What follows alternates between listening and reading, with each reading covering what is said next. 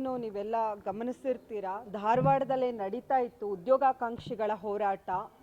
ವಿದ್ಯಾರ್ಥಿಗಳು, ಯುವ ಜನರು ಒಂದು ಶಾಂತಿಯುತವಾಗಿ ಧರಣಿಯನ್ನ ಇವತ್ತೇ ಹಮ್ಮಿಕೊಂಡಿದ್ರು ಶ್ರೀನಗರ ಸರ್ಕಲ್ ಅಲ್ಲಿ.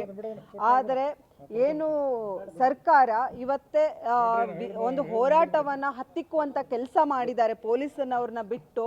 ನಾವು ಅನುಮತಿಗೂ ಕೂಡ ಈ ಎಲ್ಲ ಸಂಘಟನೆಗಳು ಈಗಾಗ್ಲೇನೆ ಕೇಳ್ಕೊಂಡಿದ್ರು ಕೂಡ ಅನುಮತಿಯನ್ನ ನಿರಾಕರಿಸೋದು ಒಂದ್ ಕಡೆ ಆದ್ರೆ, ಇನ್ನೊಂದ್ ಕಡೆ ಇದೊಂದು ಹೋರಾಟ ಅನ್ನೋದು ಹಕ್ಕು, ಅದು ಯಾರೊಬ್ರು ಕಿತ್ಕೊಳ್ಳುವಂಥದ್ದಲ್ಲ.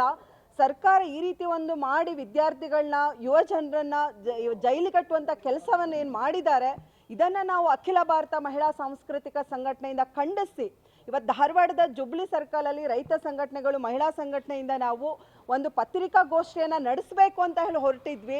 ಇನ್ನೇನು ಪತ್ರಿಕಾಗೋಷ್ಠಿ ಪ್ರಾರಂಭ ಆಗಬೇಕಿತ್ತು, ಅಷ್ಟರೊಳಗೇನೆ ನಾವು ಎಲ್ಲಿದ್ದೀವಿ ಅಲ್ಲೇ ಬಂದು ಏನೋ ದರೋಡೆಕೋರರನ್ನ, ಕೊಲೆಗಡಕರನ್ನ ಬಂಧಿಸ್ತಾರ, ನಮ್ಮನ್ನ ಬಂಧಿಸ್ಕೊಂಡು ತಗೊಂಡು ಬಂದಿದ್ದಾರೆ. ಇದನ್ನ ನಾವು ನಮ್ಮ ಮಹಿಳಾ ಸಂಘಟನೆಯಿಂದ ತೀವ್ರವಾಗಿ ಖಂಡಿಸ್ತೀವಿ.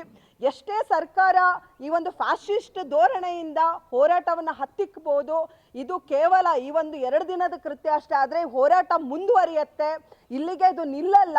ಇದು ಆಲ್ರೆಡಿ ಕಿಡಿ ಹತ್ತಿದೆ, ಉದ್ಯೋಗ ಬೇಕು ಅಂತ ಯುವಜನರು ಬೀದಿಗಿಳಿತಾ ಇದ್ದಾರೆ. ಈಗಾಗಲೇ ಲಕ್ಷಾಂತರ ಯುವಕರು ಹೋರಾಟಕ್ಕೆ ಅಣಿಯಾಗಿದ್ದಾರೆ.